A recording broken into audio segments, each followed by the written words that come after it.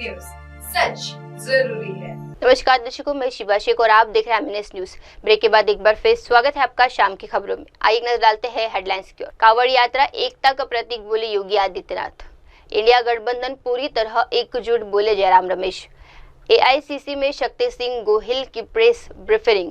आइए देखते हैं खबर विस्तार से। कांवड़ यात्रा एकता और भक्ति का प्रतीक बोले योगी आदित्यनाथ। उत्तर प्रदेश के मुख्यमंत्री योगी आदित्यनाथ ने वाराणसी में बिरसा मुंडा पर आयोजित एक राष्ट्रीय संगोष्ठी को संबोधित करते हुए कांवड़ यात्रा को सामाजिक एकता का प्रतीक बताया। उन्होंने कहा, कांवड़ यात्रा केवल एक धार्मिक परंपरा नहीं बल्कि सामाजिक समानता और राष्ट्रीय एकता की मिसाल है। इसमें हर जाति, वर्ग, भाषा और क्षेत्र के लोग साझा भक्ति में लीन होकर साथ चलते हैं। अब आपने इस बात को देखा होगा, कांवड़ यात्रा चल रही है। समाज का सबसे यानी श्रमिक वर्ग से लेकर के उच्च वर्ग तक हर व्यक्ति इस अभियान के साथ जुड़ा हुआ। एकता का अद्भुत संगम, कोई भेदभाव नहीं, न जाति का भेद है, न क्षेत्र का भेद है, न वर्ग का भेद है, न मत का भेद है, न संप्रदाय का भेद है। हर हर बम बम बोलते हुए जाते हैं। 300-400 किलोमीटर पैदल जाते हैं, फिर वहां से जल लेकर के कावड़ को कंधे में रख करके फिर उसी प्रकार से उसी भक्ति भाव के साथ चलते हैं। लेकिन मीडिया ट्रायल होता है, बदनाम किया जाता है, खूब उसके बारे में लिखा जाता है, उन्हें उपद्रवी और आतंकवादी तक बोलने का दुस्साहस होता है। यह वह मानसिकता है जो हर प्रकार से भारत की विरासत को अपमानित करना चाहती है। ये वही लोग हैं जिन्होंने जनजातीय समुदाय को भारत से अलग करने का प्रयास किया, उन्हें भड़काने का काम किया, उन्हें भारत के खिलाफ संघर्ष करने के लिए हर स्तर पर षड्यंत्र किए। ये वही समुदाय है जो भारत की आस्था का सदैव अपमान करता है, और यही वे लोग हैं जो आज सोशल मीडिया प्लेटफॉर्म का फेक अकाउंट बना करके जातीय संघर्ष की स्थिति को पैदा करना चाहते हैं। इन सब से अगर हम सावधान रह करके अपने आप को सुरक्षित कर सकें, अपने समाज को सुरक्षित कर सकें, तो राष्ट्रीय एकता को संबल प्रदान करने में वर्तमान की इस भूमिका में हमारी संस्थाएं बड़े भूमिका का निर्वहन कर सकती हैं। भगवान बिरसा की जो विरासत है। आइए बढ़ते अगली खबर की ओर। इंडिया गठबंधन पूरी तरह एकजुट है बोले जयराम रमेश। कांग्रेस सांसद और वरिष्ठ नेता जयराम रमेश ने भाजपा और उनके नेतृत्व को लेकर बड़ा सवाल उठाया है। उन्होंने कहा कि इंडिया गठबंधन एकजुट है और विपक्ष एकता को लेकर कोई भ्रम नहीं है। इंडिया जनबंधन के प्रमुख दल कल ऑनलाइन बैठक में मिलेंगे। ये गठबंधन पूरी तरह एकजुट है। उन्होंने भाजपा के संगठनात्मक नेतृत्व पर निशाना साधते हुए कहा, सवाल ये उठाना चाहिए कि जेपी नड्डा के कार्यकाल के बाद अब तक भाजपा अध्यक्ष क्यों नहीं नियुक्त किया गया। मुख्य मांग है और हमारे लिए हम इस मांग से पीछे नहीं हट सकते। ये कांग्रेस पार्टी की मांग है और सभी इंडिया जनबंधन की पार्टी जो उसमें भी जो मिले हैं वो भी सहमत हैं। पहला मुद्दा तो है पहलगाम में जो आतंकवाद हमला हुआ था 22 अप्रैल को, आज भी आतंकवादी न्याय के कटघरे में नहीं लाए गए हैं, आज भी। उसके बाद सिंदूर हुआ। ऑपरेशन सिंदूर के संदर्भ में 3 बड़े वरिष्ठ डिफेंस के जो अधिकारी हैं उन्होंने खुलासा किया है। सीडीएस जनरल चौहान ने सिंगापुर में खुलासा किया था, ग्रुप कैप्टन शिव कुमार ने इंडोनेशिया में खुलासा किया, और दिल्ली में कुछ दिन पहले लेफ्टिनेंट जनरल उप सेना प्रमुख लेफ्टिनेंट जनरल राहुल सिंह ने खुलासा किया था। तो इस खुलासे को लेकर क्या है, हकीकत क्या है, सरकार क्या बोलना चाहती है, सरकार का रवैया क्या है।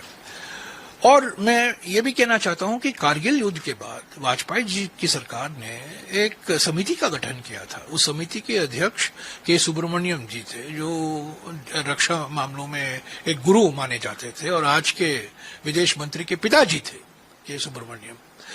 और उस समिति ने दिसंबर 15, 1999 को अपनी रिपोर्ट पेश की सरकार को, और 23 फरवरी सन 2000 को राज्यसभा में और लोकसभा में वो रिपोर्ट पेश किया गया, उस पर चर्चा हुई।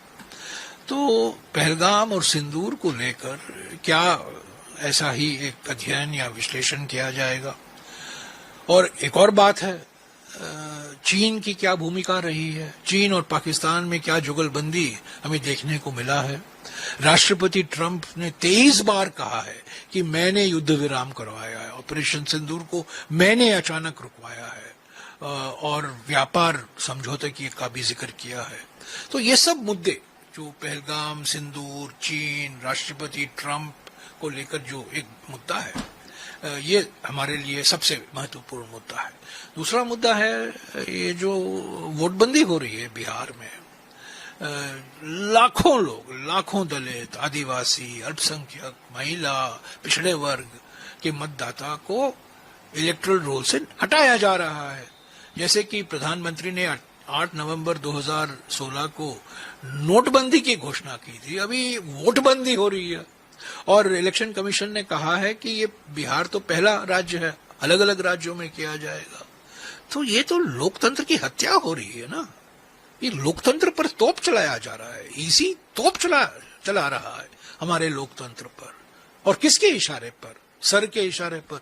ये नाम दिया गया है सर, स्पेशल इंटेंसिव रिविजन।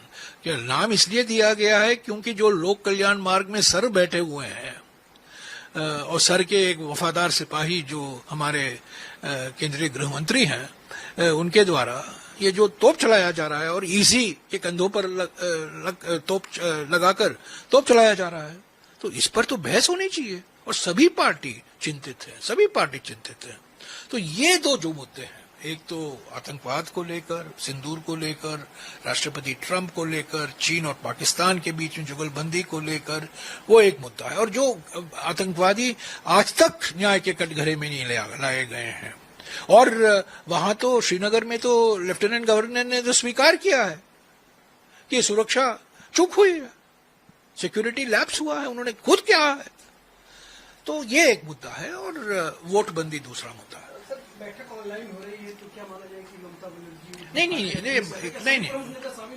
नहीं, वो होंगे। देखिए, वो ऑनलाइन इसलिए किया जा रहा है क्योंकि सब लोग एक दिल्ली में नहीं कल आ पा रहे थे, क्योंकि अलग अलग कार्यक्रम थे, अलग अलग दौरा कर रहे थे।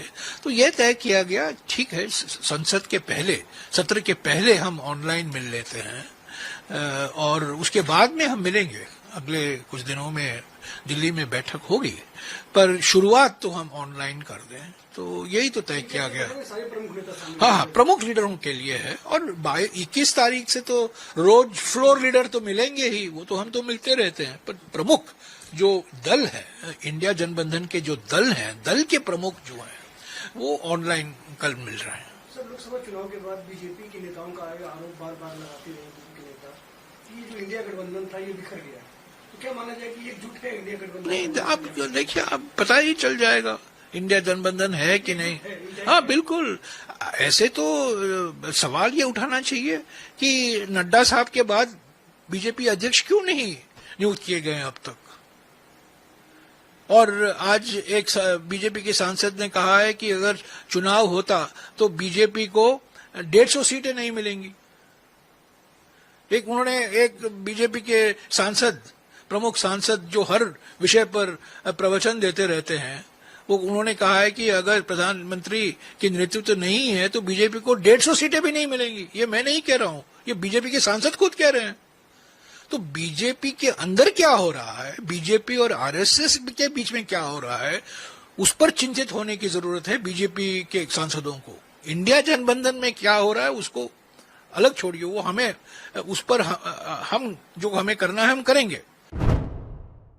आइए बढ़ते अगली खबर की ओर। एआईसीसी मुख्यालय में शक्ति सिंह गोहिल की प्रेस ब्रीफिंग। कांग्रेस नेता शक्ति सिंह गोहिल ने आज नई दिल्ली स्थित एआईसीसी मुख्यालय में मीडिया को संबोधित किया। पार्टी नियमित ब्रीफिंग के दौरान गोहिल ने मौजूदा राजनीतिक हालात, भाजपा की नीतियों और लोकतंत्र को कमजोर करने के प्रयासों पर तीखी टिप्पणी की है। हालांकि इस ब्रीफिंग के पूर्ण बिंदु सामान्य नहीं थे, लेकिन माना जा रहा है कि उन्होंने ईडी और सीबीआई के दुरुपयोग, विपक्ष नेताओं के दबाव और आम आदमी चुनाव के गठबंधन की रणनीति को लेकर विचार रखे हैं। आप सभी प्रेस और मीडिया के साथियों का आज की इस प्रेस वार्ता में मैं दिल से स्वागत करता हूं। बीजेपी का खेस पहनो, भाई मुक्त भ्रष्टाचार करो, और अगर भ्रष्टाचार करते करते, गुनाह करते करते कहीं पकड़े गए तो भाजपा की सरकार है, हमारी सीबीआई है, हमारी पुलिस है, आपको हम मदद करेंगे ताकि आप जेल में नहीं रहोगे। ये सूत्र है भाजपा का। मेरे पास सीबीआई कोर्ट का, दिल्ली की सीबीआई कोर्ट का 2 दिन पहले का, 3 दिन पहले का, 15 जुलाई का ये ऑर्डर है।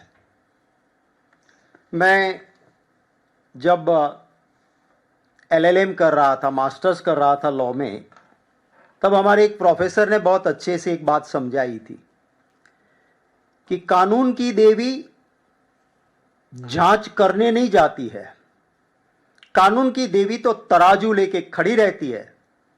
दोनों पक्षकार है, वो अपनी बात, अपने सबूत, अपने तथ्य, अपनी सच्चाई रखे, और जिसका पलड़ा भारी होगा न्याय उनकी फेवर में न्याय की देवी करेगी। भाजपा ने जो इस न्याय की देवी का, इस सूत्र का, इस सच्चाई का भरपूर दुरुपयोग कैसे किया है वो मैं आपको पहले कहना चाहता हूं। अगर कोई गुनाह करता है तो गुनहगार तो इधर उधर की अपनी बात बचने के लिए करेगा। इन्वेस्टिगेशन एजेंसी की जिम्मेवारी है कि सारे तथ्य, सारे प्रूफ, सारे एविडेंस ढूंढ के लाए और न्याय की देवी के तराजू में वो सारे तथ्य रखें ताकि जिसने गुनाह किया है उसे सजा मिले। पर इस भाजपा की सरकार में सीबीआई क्या करती है कि अगर भाजपा का कोई नेता है, भाजपा का खेस पहना हुआ आदमी है और इतना सारा भ्रष्टाचार का प्रूफ आ गया तो केस तो बनेगा, पर जब न्याय की देवी के सामने जाएंगे तो तथ्य नहीं रखेंगे। केस उस तरह से करेंगे ताकि टेक्निकल ग्राउंड पे भाजपा का नेता छूट जाए। मैं आपके साथ ये सीबीआई कोर्ट का 15 जुलाई का ऑर्डर साझा करूंगा। कोर्ट खुद लिखती है कि आपको, सीबीआई को कंप्लेन मिली तो कानून कहता है कि कंप्लेन आते ही तुरंत पहले फर्स्ट इंफॉर्मेशन रिपोर्ट दर्ज करो, एफआईआर दर्ज करो। सुप्रीम कोर्ट ने भी कहा है कि कोई भी कंप्लेन आती है एफआईआर दर्ज करो। 2 साल तक 5,000 करोड़ के भ्रष्टाचार करने वाले के लिए एफआईआर दर्ज नहीं हुई।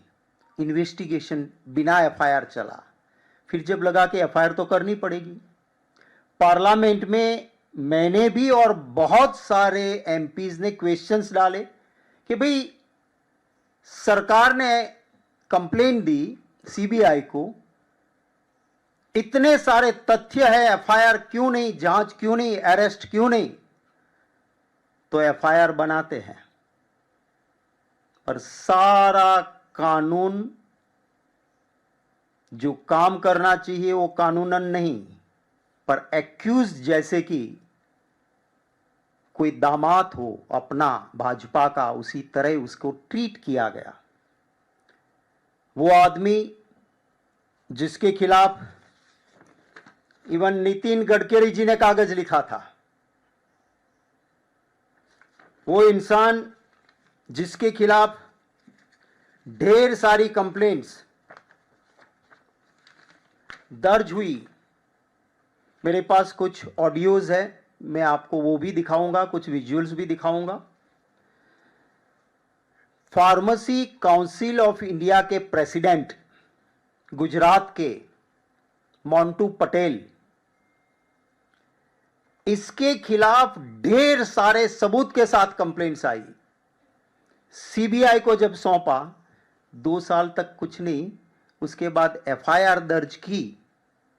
अगर सोशल मीडिया पे कोई छोटी सी मोदी जी या सरकार के खिलाफ ट्वीट भी कर देते हैं तो रातों रात उसको अरेस्ट किया जाता है। सीबीआई ने इस मोंटू पटेल को अरेस्ट नहीं किया। कोर्ट ने खुद अपने ऑर्डर में लिखा है, कोर्ट ने अपने ऑर्डर में लिखा है कि आपने उसको हाजिर होने के लिए समन्स तक नहीं भेजा। तब सीबीआई कहती है कि हमने उनसे फोन पे बात की थी।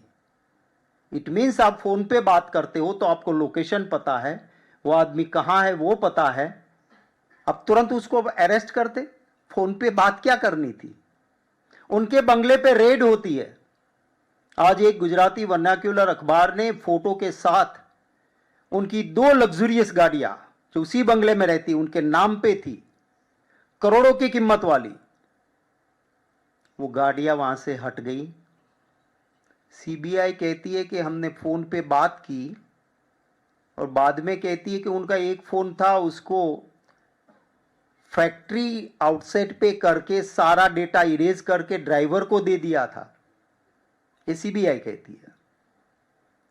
कोर्ट के अंदर मैं आपसे भी साझा करूंगा, सीबीआई का वकील या सीबीआई की ओर से जो सच्चाई और तथ्यों में यहां दिखा रहा हूं, सीबीआई के पास है। सीबीआई को ये सारी चीजें दी गई थी, कोर्ट के सामने नहीं रखते हैं। हजारों करोड़ का गफला करने वाला मोंटू पटेल, क्योंकि मैंने आपको कहा ना कि न्याय की देवी तो सिर्फ तराजू देखती है, कौन कितना इस पल्ले में डालते हैं। सीबीआई ने अपने पल्ले में सच्चाई डाली ही नहीं, पूरी आर्ग्यूमेंट्स वन साइडेड हुई। अब ये सामने वाला वकील कहता है कि सुप्रीम कोर्ट ने कहा था कि अप्रैल से पहले कॉलेज को अप्रूवल दो या 9 का डिसीजन करो, इसलिए हमने किया था। अरे सुप्रीम कोर्ट ने यह नहीं कहा था कि आप वहीं पे जाके देखो ही नहीं, पर सीबीआई की ओर से वो आर्ग्यूमेंट ही नहीं। और नतीजा क्या हुआ कि मोंटू पटेल को इतने बड़े घोटाले में, क्योंकि सीबीआई ने तथ्य नहीं रखे, 23 तारीख तक का इंटरिम प्रोटेक्शन कोर्ट ने ग्रांट कर दिया। सीबीआई को तुरंत हाईकोर्ट में जाना चाहिए कि इंटरिम प्रोटेक्शन नहीं देना चाहिए, सीबीआई गई नहीं। 23 तारीख को जवाब फाइल करना है। ये अगर औरों के वहां होता है छोटा सा गुना भी, तो सीबीआई क्या करती है और यहां क्या होता है। मैं एक पहला फोटोग्राफ है वो जो चलाइए,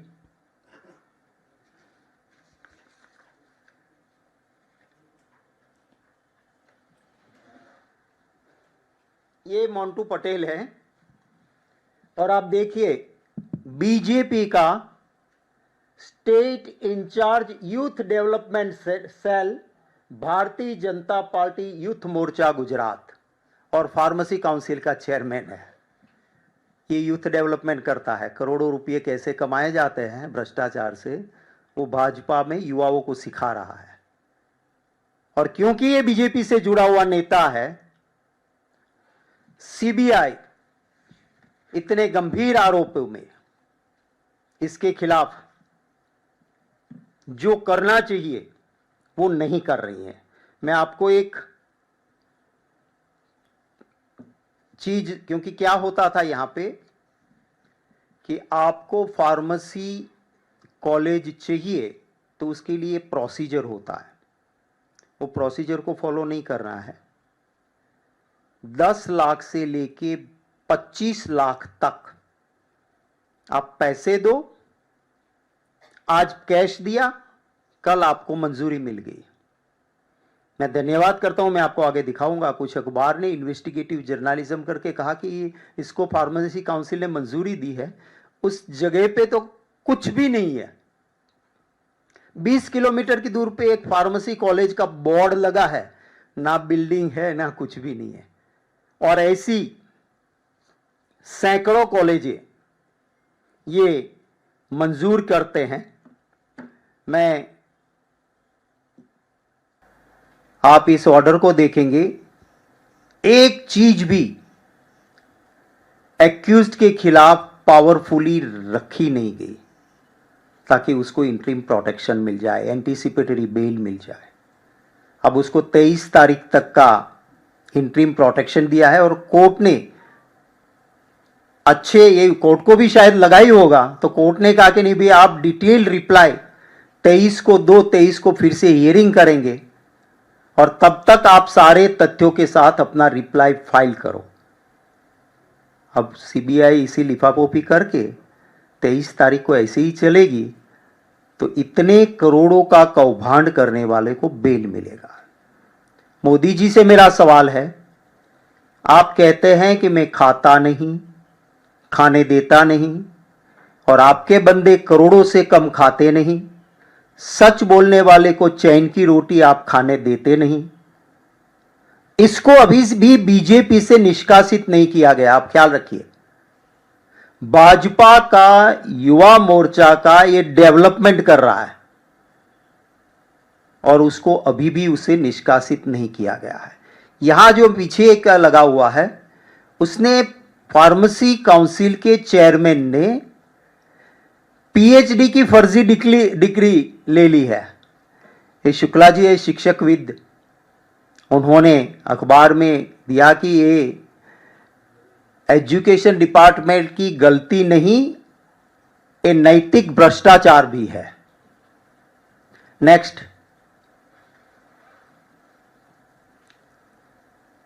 हाँ बोलो। ये 870 pharmacy college without physical checks 13 दिन में 870 कॉलेजेस एक भी जगह देखे बिना पैसा दो, अप्रूवल ले जाओ, कॉलेज है, बिल्डिंग है, स्टाफ है, नहीं है, कोई जरूरत नहीं। 13 दिन में 870। कहीं सुप्रीम कोर्ट ने ऐसा नहीं कहा है कि आप बिना देखे इसको कर दो। वो कहा ऑनलाइन हम अप्रूवल दे देते हैं, माने पैसा दो, पोर्टल पे कहो कि मेरी कॉलेज है, कोई देखने नहीं आएगा, फार्मेसी कॉलेज आपको मिल गई। और फिर आप फर्जी स्टूडेंट से पैसे लेके बिना कॉलेज चलाए उनको डिग्री दे दो।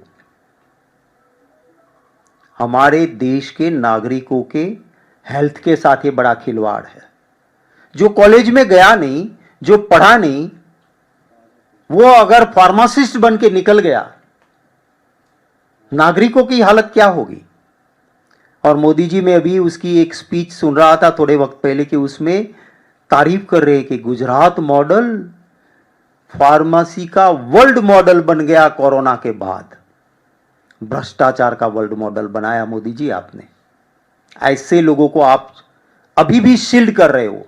आपकी सीबीआई, मेरा सीबीआई डायरेक्टर से भी प्रश्न है, आप देखते नहीं हो कि ऐसे ऑर्डर, इतने भ्रष्टाचारी का ऐसा सीबीआई कोर्ट ऑर्डर क्यों कर रही है, इंटरिम प्रोटेक्शन क्यों दे रही है? क्योंकि आपके इन्वेस्टिगेशन ऑफिसर, आपके वकील सच्चाई नहीं रख रहे कोर्ट के सामने। अब जैसा मैंने कहा, न्याय की देवी तो सिर्फ तराजू देखती है। आप एक तराजू में अपनी ओर से डालोगे ही नहीं तो दूसरा चोर उसका फायदा ले रहा है। तो ये नेक्स्ट फोटोग्राफ करो। एक जो गुजराती वाला था इससे पहले, इसमें वो एक गुजराती अखबार ने गाड़ियों के नंबर, कौन सा मॉडल और कितने करोड़ की है उसकी डिटेल, जो सीबीआई पहुंचती है बंगले में, तब तक बंगले में थी, सीबीआई आ रही है तो बंगले से गायब कर दी जाती है। माने सीबीआई ने बताया होगा ना कि हम आ रहे हैं, जरा ठीक ठाक सब कर लेना। तो ये है। नेक्स्ट,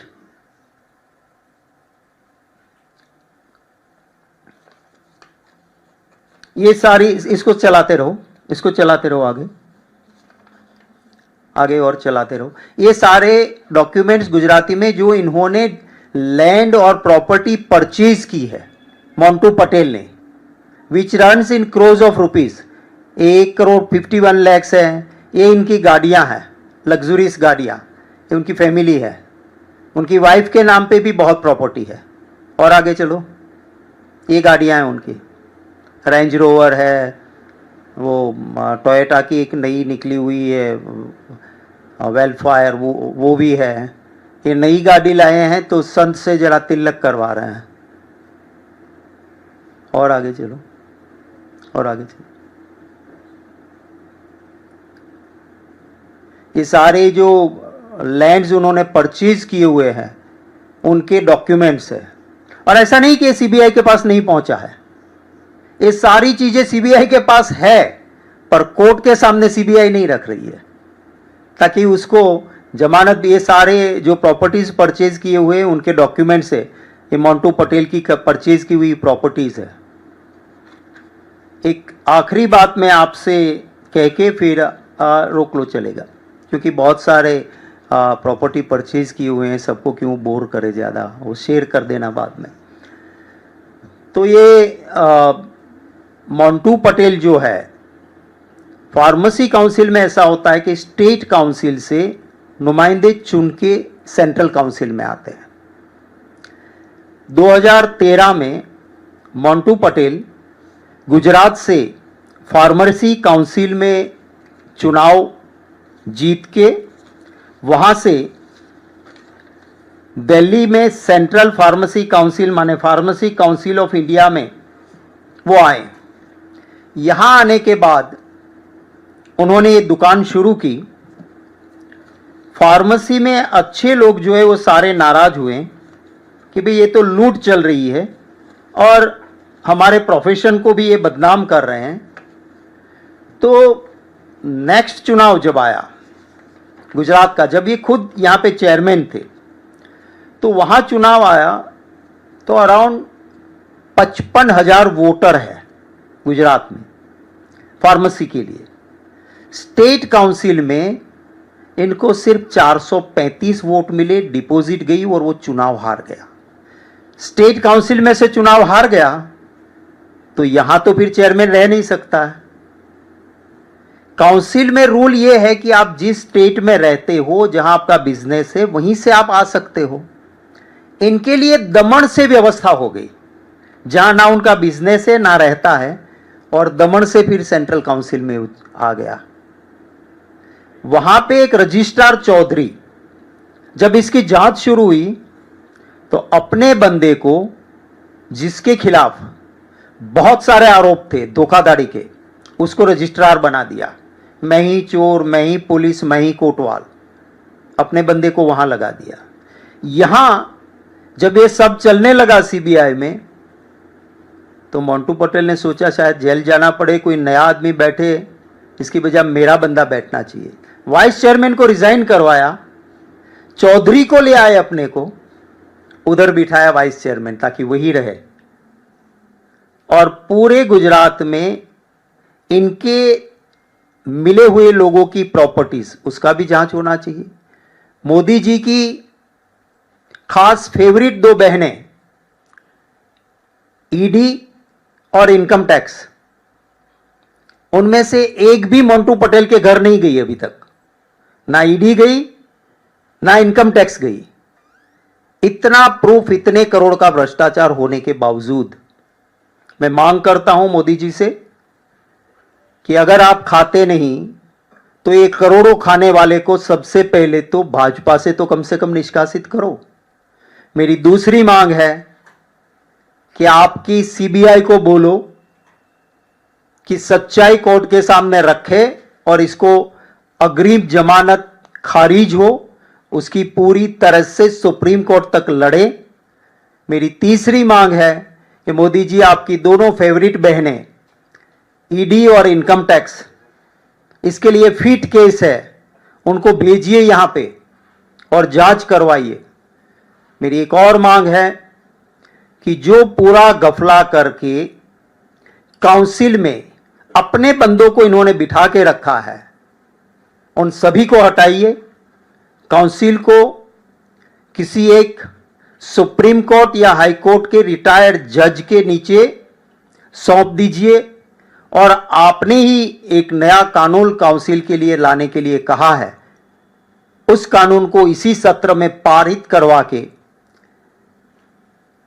जहां पारदर्शिता रहे, उस तरह से फार्मेसी काउंसिल ऑफ इंडिया का गठन उस नए कानून से हो और तब तक इधर सुप्रीम कोर्ट या हाई कोर्ट के निवृत्त रिटायर्ड जजेस के जरिए फार्मेसी काउंसिल का रूटीन काम भी चले और जांच भी तभी सही होगी। ये मेरी मांगे हैं। आपका कोई सवाल होगा तो उनका स्वागत रहेगा। गोयल सर, आज आपने प्रेस कॉन्फ्रेंस किया है, ईडी सीबीआई के ऊपर आप क्वेश्चन कर रहे हैं, लगातार ऑपोजिशन पार्टीज यही कहती हुई नजर आई हैं, लेकिन वहीं दूसरी तरफ जो है रॉबर्ट वाड्रा के खिलाफ चार्जशीट फाइल हुई है। चैतन्य बघेल जो भूपेश बघेल के बेटे हैं उनको अरेस्ट कर लिया गया है। इसको पॉलिटिकल वेंडेटा कई नेता बोल रहे हैं, आपकी इस पे क्या राय है? देखिए, आज मोदी जी की सरकार को 11 साल हुए। चुनाव से पहले से इनके खिलाफ बहुत बोल करते थे। 11 साल तक इनको कुछ नहीं मिला। आपको याद होगा कि 11 साल होने के बाद 11 साल किसी गुनाह के अंदर चार्जशीट फाइल करने में, मैं हाई कोर्ट में मैंने प्रैक्टिस भी की है। क्रिमिनल प्रोसीजर कोड में ये साफ प्रावधान है, स्टिपुलेटेड टाइम में चार्जशीट फाइल करो, और अगर चार्जशीट फाइल स्टिपुलेटेड टाइम में नहीं होता है then there is no offence, default bail भी मिल जाती है। 11 साल तक आप चार्जशीट नहीं कर पाए। आपको याद होगा कि खट्टर सरकार ने एक जांच आयोग बिठाया था, कुछ नहीं हुआ। उसी केस में, वाड्रा जी वाले केस में, जांच आयोग में कुछ नहीं मिला। एसआईटी खट्टर सरकार ने बनाई, वहां पर भी भाजपा की सरकार, यहां पर भी भाजपा की सरकार। उस एसआईटी ने कुछ भी गलत नहीं पाया। एसआईटी ने रिपोर्ट पेश कर दी कि कुछ नहीं है, इस केस में दम नहीं है। उसके बाद एसआईटी का पुनः गठन हुआ। ऐसा क्या हो सकता है? दोबारा पुनः गठन हुआ, कुछ भी नहीं। ये मेन केस के अंदर कुछ नहीं मिला। देश देख रहा है ये सब कुछ। क्या 11 साल के बाद आप जो कर रहे हो, जिसको कोई कानून मंजूरी नहीं देता है, और दूसरी ओर मैंने आपको कहा कि सामने दीवार पे लिखे हुए इतने सबूत होने के बावजूद आपकी सीबीआई मोंटू पटेल को मजे करने के लिए सारी मदद कर रही है, और इधर जिस केस में दो एसआईटी, एक पहली SIT clean chit, second SIT पुनः गठन के बाद कोई कुछ नहीं हुआ, जांच आयोग कुछ नहीं, और अब जाके ये जो हो रहा है। पर मैं जानता हूं, जब गुजरात में एक एसआईटी ने मोदी जी को बुलाया था तो कैसे वो फफड़ा गए थे। मुझे खुद अरुण जेटली जी ने कहा था कि आंख में आंसू तक आ गए थे, कैसे जाऊं, ये अरेस्ट कर लेंगे, ये कर लेंगे। ये गांधी फैमिली है, ना डरे हैं ना डरेंगे, लड़ेंगे, झुकेंगे नहीं। तो ये डराने की साजिश और देश का ध्यान बंटवाने की भी, जब भी ऐसा कुछ होता है तो कुछ ऐसी चीज कर दो कि जो इश्यू रियल इश्यू है, जनता का इश्यू है, लोकतंत्र बचाने की बात है, कहीं ना कहीं पार्लियामेंट शुरू हो रही है, तो उस वक्त पे कुछ ऐसी चीज कर दो कि सही इश्यू पे चर्चा या बहसी ना हो और अटेंशन डाइवर्ट करो। पॉलिटिकल वेंडेटा, डराने की कोशिश, पर इसमें कामयाब वो नहीं होंगे। जितना ये करेंगे, ज्यादा प्यार और आशीर्वाद इस देश की जनता का गांधी परिवार और कांग्रेस की ओर बढ़ेगा। प्रियंका गांधी जी जन नेता है, लड़ रही है, लोगों के इश्यू के लिए आंखों में आंख डाल के सरकार को ललकार के पार्लियामेंट में बोलती है। राहुल गांधी जी जनता के इश्यू के लिए सड़क से लेकर संसद तक लड़ते हैं और इनसे ये डरते हैं, इसलिए ये सारी बातें हो रही हैं जिसमें कोई दम नहीं है। भूपेश बघेल जी के बेटे का भी आप देखो तो इतने वक्त के बाद जब इनको लगता है कि नेता को डराया धमकाया नहीं गया तो बेटे को, परिवार को इन्वॉल्व करो, इमोशनल ब्लैकमेलिंग करो, पर ये ना भूपेश बघेल जी भी ना डरेंगे ना झुकेंगे। आखिर में मैं मानता हूं कि हमारे संविधान के हिसाब से सबसे बड़ी जिम्मेवारी हमारे न्याय तंत्र, हमारे जुडिशरी पर है। संविधान बना उस बहस में भी ये कहा गया कि एग्जीक्यूटिव तो मिसयूज करने की कोशिश कर सकता है, but it is the duty of judiciary कि ऐसी मनमानी ना हो, और इसीलिए इंडिपेंडेंस ऑफ जुडिशरी की बात की गई है। अभी हमारे एक बहुत सीनियर लॉयर दुष्यंत जी ने जो बात की है वो सबके लिए बहुत बहुत ही मायना रखती है। मुझे ज़रूर उम्मीद है कि हमारी जुडिशरी भी, पास्ट का इतिहास भी है कि वो मौके पे खड़ी हुई है और अपने संविधान और सच्चाई की रक्षा की है, तो वही यहाँ पर भी हो, ऐसी उम्मीद मैं ज़रूर रखता हूँ। सर सॉरी, वहाँ जाके आता हूँ। हाँ, अभी कुछ दिन बाद इंडिया गठबंधन की बैठक होनी है और लोकसभा के बाद पहली बार ये इंडिया गठबंधन की बैठक हो रही है, लेकिन उसके पहले ही आम आदमी पार्टी ने इंडिया गठबंधन से किनारा कर लिया। उन्होंने आधिकारिक तौर पे कहा है कि अब हम इंडिया ब्लॉक का हिस्सा नहीं है, ये अलायंस सिर्फ लोकसभा चुनाव तक के लिए था। इस पूरे बयान को आप कैसे देखते हैं? दूसरा, उनका ये भी तर्क है कि कांग्रेस की लीडरशिप वाली किसी अलायंस का हिस्सा वो नहीं रहेंगे। देखिए,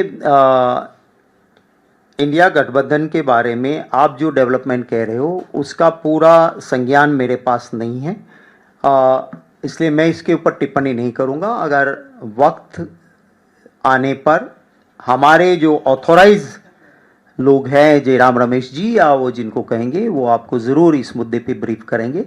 अभी इसके ऊपर मुझे नहीं लगता है कि मैं कमेंट इस पे कर सकता हूँ। जी। शक्ति सिंह जी, आपने जैसा कि कहा कि जितनी भी एजेंसी है they are dancing on the tune of Narendra Modi ji, ठीक है। कोर्ट कुछ कहता है, एजेंसी उसके उलट काम करती है, ठीक है। आपका ये भी आरोप है कि अलग अलग स्टेट में जो इलेक्शंस होते हैं तो किस तरह से वो वोट्स चोरी कर लेते हैं, किस तरह से वो वोटर्स की संख्या कहीं बढ़ा देते हैं, कहीं किसी की घटा देते हैं, ये सब सारी चीज़ है। इन सारी चीज़ों को एड्रेस करने के लिए आपके पास क्या इफेक्टिव कोई स्ट्रेटजी है? देखिए, पहली बात तो ये है कि चुनाव आयोग एक कॉन्स्टिट्यूशनल इंस्टीट्यूट है। आज़ादी के बाद हमारे देश के लोकतंत्र की बहुत बड़ी इज्जत पूरी दुनिया में हुई।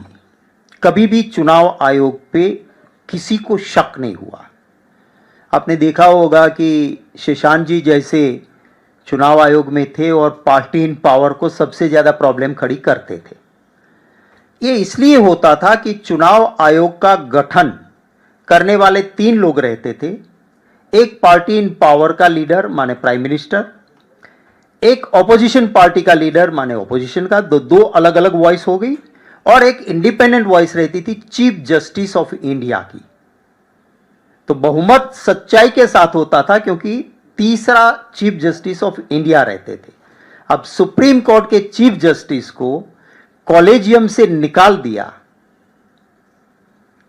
अगर मोदी जी को कोई धांधली नहीं करनी है तो सीजीआई पे क्यों शक करते हो आप, चीफ जस्टिस ऑफ इंडिया के ऊपर? वहां पे आप अमित शाह को बिठाते हो, आप और अमित शाह। हमारे एक साथी कांग्रेस छोड़ के चले गए, अर्जुन भाई मोटवाड़िया, वे कहते थे रंगा बिल्ला। तो ये दोनों बैठ के क्या, ये आज वो बीजेपी में है, तो ये दोनों बैठ के क्या तय करेंगे? फिर तो बहुमत उनके पास है। माने चुनाव आयोग में 3 के कॉलेजियन में 2 आपके लोग बैठे हैं और आप उन्हीं को बिठाओगे जो आपकी मर्जी से काम करेगा, तो सवाल उठेगा। मैं उम्मीद करता हूं कि ऑनरेबल सुप्रीम कोर्ट भी इसका संज्ञान लेगी और ये जो सारी दिक्कतों की जड़ वो वहीं से है, उसको रिड्रेस करेंगे। एक मैं आपसे मुद्दा कहना भूल गया कि सीबीआई ने एक डायरी पाई है, उस पर्सनल डायरी में किससे कितना पैसा लिया और किसको दिया है, और मोंटू पटेल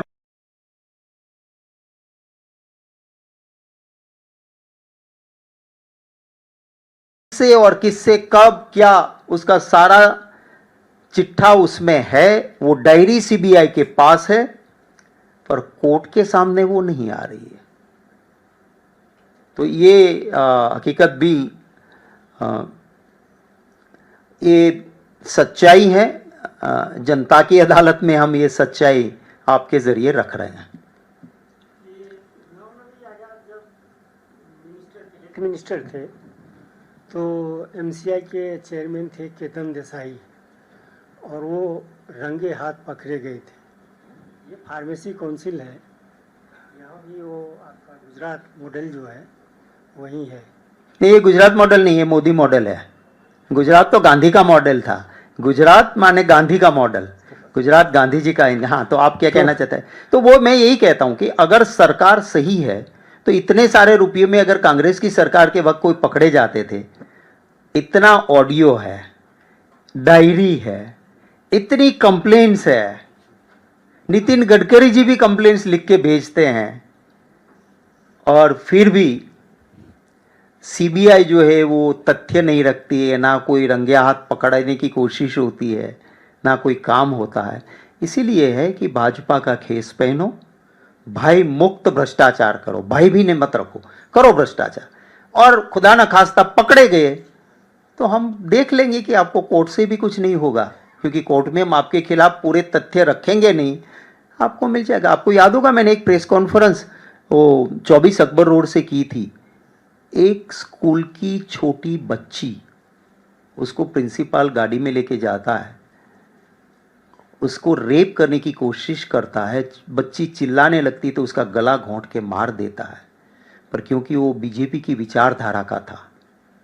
पॉस्को में जिसको फांसी होनी चाहिए, उसको पता है क्या जजमेंट आया कोर्ट का?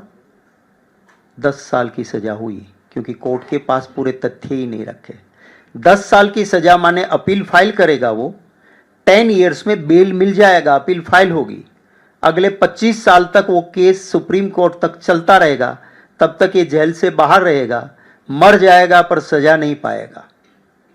आपको याद होगा कि जो नीट में मेन एपिसेंटर गुजरात से निकला, उसमें मेन एक्यूज्ड गुजरात का निकला, उसको बेल मिल गई, उसके खिलाफ कैंसलेशन ऑफ बेल की अपील तक फाइल नहीं हुई सुप्रीम कोर्ट तक।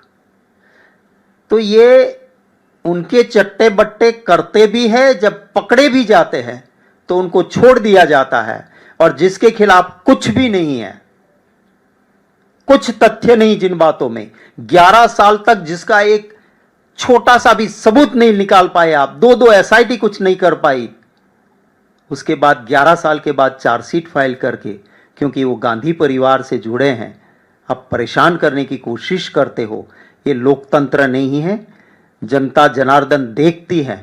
इंदिरा गांधी जी को भी बहुत परेशान किया था, पर इसी देश की जनता ने आशीर्वाद देके उनको शासन में बिठाया था।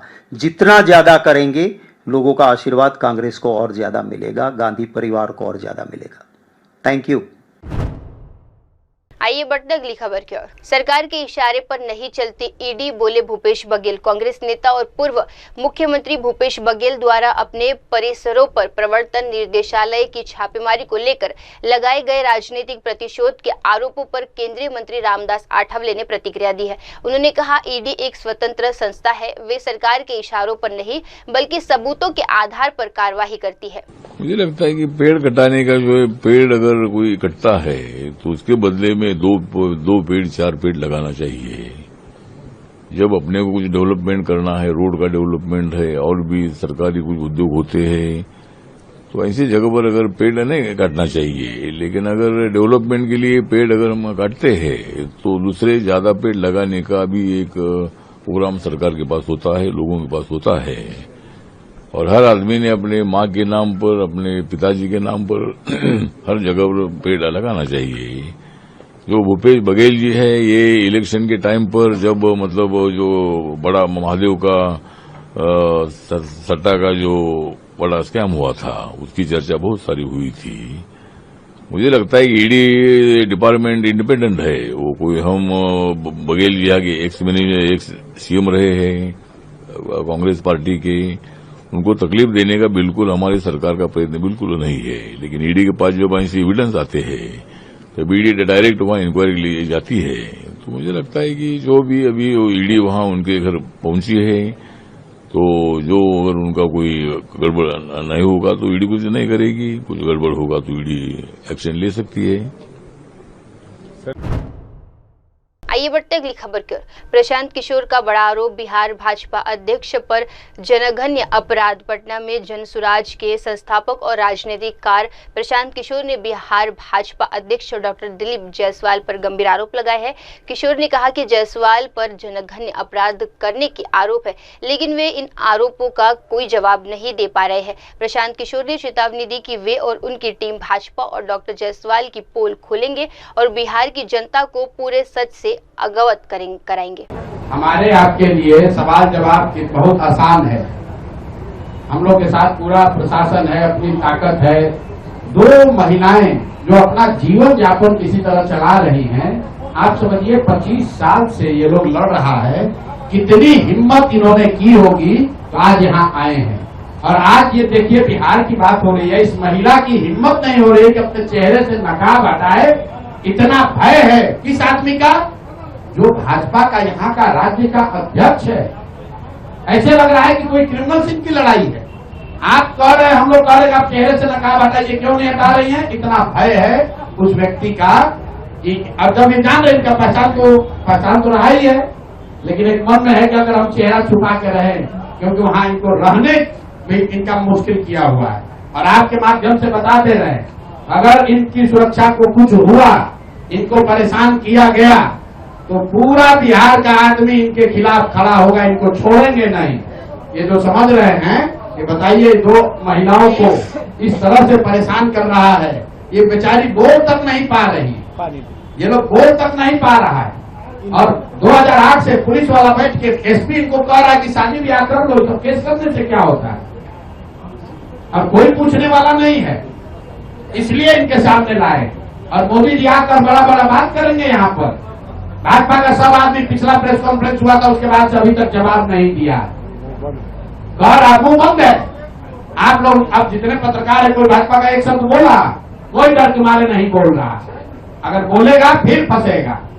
और इस मामले में हम लोग, जैसा मैंने आपको पहले कहा है, दिलीप जायसवाल की बात नहीं है। जैसा कि राष्ट्रीय अध्यक्ष जी ने बताया, ये इस व्यवस्था का बात है कि इस राज्य के सबसे बड़े पार्टी होने का दावा करने वाला दल, उसका अध्यक्ष जो यहाँ पर अभी मंत्री था, वो इस तरह के हीनस क्राइम में उस आरोप है उस पर, और वो आरोप का जवाब देना भी अपनी जिम्मेवारी नहीं समझता है। और इसके बाद अगली किस्त में जारी करेंगे कि बिहार के कौन कौन नेता और उनके बच्चे, उनके परिवारजन उसी मेडिकल कॉलेज से बिना टेस्ट दिए, बिना परीक्षा दिए मेडिकल का डिग्री लेकर निकले हैं। वो किस्त भी जारी होगी। दिलीप जायसवाल और भाजपा का ये चाल चरित्र चेहरा छुपने वाला नहीं है। जब स्वराज इसको छुपने नहीं देगा। आइए बढ़ते अगली खबर की ओर। अशोक गहलोत ने कहा, एजेंसियों का समर्थन जरूरी। कांग्रेस के वरिष्ठ नेता और राजस्थान के मुख्यमंत्री अशोक गहलोत ने छत्तीसगढ़ के पूर्व मुख्यमंत्री भूपेश बघेल के बेटे चैतन्य बघेल को प्रवर्तन निर्देशालय द्वारा गिरफ्तार किए जाने पर अपनी प्रतिक्रिया दी है। गहलोत ने कहा कि उन्होंने बार बार ये स्पष्ट किया है कि वे देश की प्रमुख जांच एजेंसी जैसे ईडी, आयकर विभाग और सीबीआई का पूरा समर्थन करेंगे। वही बात है ना, चाहे भूपेश बघेल हो, चाहे वो वाड्रा हो, जब मैं जोशी हो, चाहे और कोई हो, ये तो लगातार जो हथकंडे अपना रहे हैं। अगर आप सही तफ्तीश करो, मैं बार बार कहता हूँ, मैं इन एजेंसियों के पक्ष में हूँ। ईडी हो, इनकम टैक्स हो, सीबीआई हो, ये हमारे देश की प्रीमियर एजेंसियां हैं। अगर आप ईमानदारी से निष्पक्षता से काम करें तो ये हमारे लिए, चाहे वो इनकम टैक्स हो, उसका अपना उपयोग है, ईडी हो, उसकी अपनी आवश्यकता है, सीबीआई जांच की आवश्यकता है। लोग मांग करते हैं सीबीआई को जांच दे दीजिए, इतनी बड़ी क्रेडिबिलिटी इसकी रही है राज्यों में, तो वही नहीं, हमें तो आप सीबीआई की जांच दे दीजिए। ये क्रेडिबल एजेंसी है तो क्रेडिबिलिटी बनी रहे इनकी। इसमें मैं समझता हूँ कि समाज की भी ड्यूटी है को ध्यान रखे कहाँ बेईमानी हो रही है। हर गलती कीमत मांगती, मैं कहता हूँ बार बार, ये गलती कर रहे हैं, इनको कभी न कभी कीमत चुकानी पड़ेगी। क्योंकि आप कैसे झूठे आरोप लगा सकते हो, बंद कर सकते हो जेल के अंदर। आइए बढ़ते अगली खबर की ओर। कश्मीरी गेट में 28वां कांवड़ शिविर आयोजित। दिल्ली के कश्मीरी गेट क्षेत्र में श्रद्धालुओं की सेवा में समर्पित कांवड़ शिविर का आयोजन हुआ। इस बार लगातार 28वें वर्ष भी किया गया है। शिविर के समन्वयक पवन कुमार अग्रवाल ने बताया कि हर साल की तरह इस बार भी भक्तों के लिए पूर्ण सुविधाएं सुनिश्चित की गई है। श्रद्धालुओं के लिए आराम, भोजन, शौचालय, स्नान की उचित व्यवस्था की गई है। इसके अलावा एक 24 घंटे चिकित्सा शिविर भी चला रहे हैं और शिविर के बाहर एम्बुलेंस लगातार तैनात रहती है। निरंतर 28 सालों से हम ये शिविर लगाते आ रहे हैं। बोलों के लिए विशेष कृपा है कि हम उनकी सेवा कर सकें और जितनी सेवा हम करेंगे उतना हमें आनंद आता है। आपने शिविर में हमने फल, हर तरह का फल रखा हुआ है। जो व्रत करने वाले भोले हैं उनके लिए व्रत का सामान रखा हुआ है, उनको भूखा नहीं सोने देते। जितना भोजन में 2 सब्जी, 1 दाल बनती है, चावल रोटी बनती है, 1 मीठा बनता है। निरंतर ये सेवा जारी है। चाय, ब्रेड पकोड़ा और नमक मट्ठी उनको खाने को देते हैं। शाम को 1 खोमचा, मटर पतीला, छोले कुलचे वो सब लगते हैं। सांभर इडली, सांभर वड़ा वो भोलों को खाने के लिए देते हैं। नहाने का प्रबंध किया हुआ है, टॉयलेट के प्रबंध किया हुआ है। चिकित्सक बैठे हुए हैं। दिल्ली सरकार के माध्यम से हमें ये चिकित्सक वगैरह सारी सेवाएं जो है दिल्ली सरकार से हमें मिली हुई है और हम निरंतर सहयोग बहुत मिलता है और निरंतर हम भी अपना मिलकर के सहयोग दिल्ली सरकार के साथ जारी रखते हैं। ऐसा है जी, देखिए कि भोजन में हम तकरीबन 3-4 हज़ार लोगों का भोजन हमारे यहाँ बनता है और भोले वो निरंतर खाते रहते हैं और निकलते रहते हैं। बहुत से भोले ऐसे हैं कि जो ज़्यादा समय नहीं रुकते शिविर में, वो थोड़ा 6 घंटे 8 घंटे विश्राम करते हैं, कोई 12 घंटे भी विश्राम करता है, उसके बाद आगे प्रस्थान कर जाता है। तो ऐसी अवस्था शिविर में रहती है। तो जो समय खाने का होता है उस दौरान जो खाने के बोले होंगे वो खाना खा के निकल जाएंगे। जो चाय के समय बोले होंगे वो चाय पी करके निकल जाएंगे। तो तकरीबन ये व्यवस्था चलती रहती है, निरंतर जारी है। और हम तो प्रभु भगवान भोले से यही प्रार्थना करते हैं कि हमारी सेहत बनाए रखें और हम इस तरह सेवा करते रहें। आइए बढ़ते अगली खबर की ओर। पीएम मोदी का दुर्गापुर में भव्य रोड शो। पश्चिम बंगाल के दुर्गापुर में प्रधानमंत्री नरेंद्र मोदी ने आज एक जीवित और भव्य रोड शो किया, जिसमें भारी संख्या में लोग उमड़े। हजारों की भीड़ हाथों में तिरंगा और मोदी के समर्थन में पोस्टर लिए सड़कों पर उतर आई। पीएम मोदी ने रोड शो के दौरान लोगों का अभिवादन किया और पारंपरिक बंगाली अंदाज में लोगों से जुड़ने की कोशिश भी की। वहां गुलाल, फूलों की वर्षा और मोदी मोदी के नारों से माहौल गूंज उठा। तरफ बड़ी संख्या में लोग मौजूद हैं। प्रधानमंत्री का दुर्गापुर का ये दौरा बेहद अहम माना जा रहा है। हालांकि विधानसभा चुनाव 2026 अप्रैल-मई के बीच में है, लेकिन उससे पहले क्योंकि 21 जुलाई को पश्चिम बंगाल में टीएमसी प्रमुख ममता बनर्जी शहीद दिवस पर एक रैली करने जा रही हैं। ये माना जा रहा है कि 2026 के विधानसभा चुनाव से पहले ये आखिरी शहीद दिवस की रैली होगी। इस रैली को राजनीतिक रूप से काफी महत्वपूर्ण माना जाता है और ये माना जा रहा था कि टीएमसी नेता ममता बनर्जी इस मंच से कुछ कहेंगी, लेकिन उससे पहले ही प्रधानमंत्री नरेंद्र मोदी दुर्गापुर पहुंच चुके हैं। दुर्गापुर की ये रैली बेहद अहम होने जा रही है। 2026 के विधानसभा चुनाव से लेकर हाल की कुछ घटनाएं ऐसी हुई हैं जिसने लगातार सवाल उठाया है पश्चिम बंगाल में बिगड़ती कानून व्यवस्था को लेकर। उन तमाम मसलों के बीच में प्रधानमंत्री का ये दौरा बेहद अहम है। जनता के बीच में बड़ा उत्साह है। प्रधानमंत्री के दुर्गापुर पहुंचने को लेकर सड़कों के दोनों तरफ लोग मौजूद हैं। हम जानते हैं मानसून के सीजन में पश्चिम बंगाल में भी बरसात लगातार हो रही है, लेकिन उसके बावजूद भी लोगों में बड़ा उत्साह है। लोग इंतजार कर रहे हैं प्रधानमंत्री नरेंद्र मोदी के पोस्टर, भारतीय जनता पार्टी के झंडे, राष्ट्रीय ध्वज लिए लहराते हुए सड़क के दोनों तरफ इंतजार करते हुए। आप देख रहे हैं कितनी बड़ी संख्या में लोग मौजूद हैं। प्रधानमंत्री का स्वागत करते हुए प्रधानमंत्री उनके अभिवादन को स्वीकार करते हुए दिखाई दे रहे हैं। अब से थोड़ी ही देर में प्रधानमंत्री पहुंचेंगे नेहरू स्टेडियम दुर्गापुर के, जहां से प्रधानमंत्री ने संकेत दे दिए हैं कि एक बड़ी गर्जना होगी भारतीय जनता पार्टी की।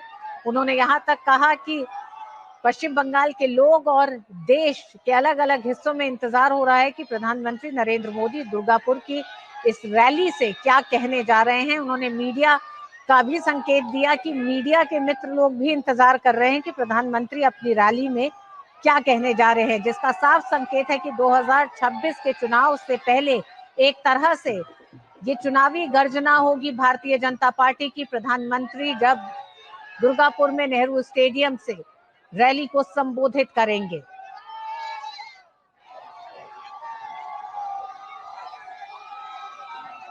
प्रधानमंत्री नरेंद्र मोदी ने प्रधानमंत्री दुर्गापुर के सरकारी कार्यक्रम में पहुंचने से पहले बड़ी संख्या में लोगों ने प्रधानमंत्री नरेंद्र मोदी का दुर्गापुर पहुंचने पर उनका अभिवादन, स्वागत किया है। और उस स्वागत में आप देख रहे हैं सड़कों के दोनों तरफ बड़ी संख्या में लोग मौजूद हैं। इस मंच से प्रधानमंत्री ने दुर्गापुर के लिए 5,000 करोड़ से ज्यादा के साथ परियोजनाओं का लोकार्पण और शिलान्यास भी किया। दुर्गापुर नेशनल गैस ग्रिड का हिस्सा बन गई है, इसकी बधाई दी। इसी के साथ 25,000 से ज्यादा घरों को सस्ती गैस उपलब्ध होगी। ये सातों ही परियोजनाएं रोजगार के नए अवसर पैदा करेंगी दुर्गापुर और पश्चिम बंगाल के लोगों के लिए। प्रधानमंत्री नरेंद्र मोदी करीब 6 साल बाद दुर्गापुर पहुंचे हैं। प्रधानमंत्री के इस दौरे को लेकर काफी उत्सुकता है और उस उत्सुकता को और बढ़ाते हुए प्रधानमंत्री ने इन योजनाओं का ऐलान करते हुए संकेत भी दिया कि अब से थोड़ी देर में प्रधानमंत्री नेहरू स्टेडियम पहुंचेंगे, रैली को संबोधित करेंगे और वो मंच उपयुक्त मंच होगा जहां से वो अपनी बातों को रखेंगे और एक बड़ी गर्जना उस मंच से देश और पश्चिम बंगाल को सुनाई देगी। हाल की कुछ घटनाएं जिन्होंने पश्चिम बंगाल में बिगड़ती कानून व्यवस्था को लेकर कई बड़े सवाल खड़े किए हैं। इन तमाम मसलों के बीच में प्रधानमंत्री का ये दौरा बेहद अहम हो जाता है। प्रधानमंत्री के इस दौरे से ये उम्मीद की जा रही है कि पश्चिम बंगाल की राजनीति एक बार फिर गरमाएगी।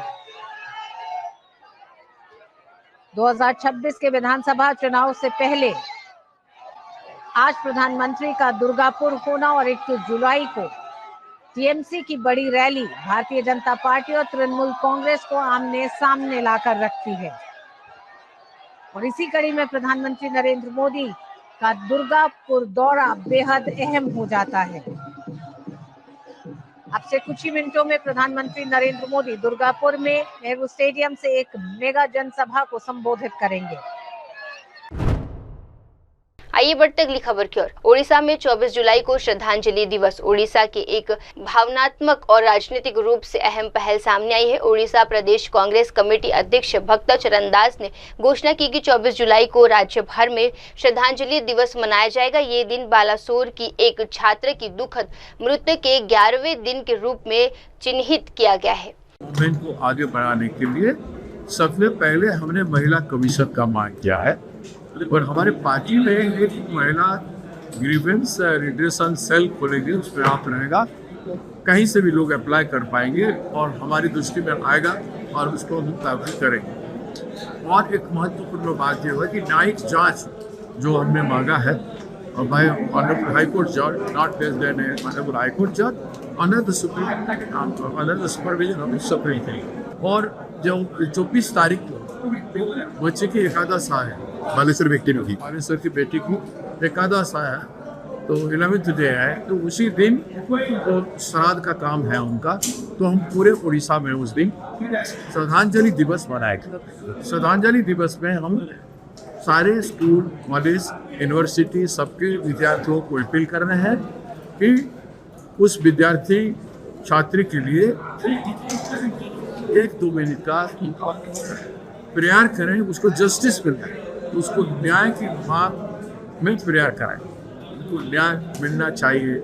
इसलिए वो साथी से मौन रह के प्रयास करें।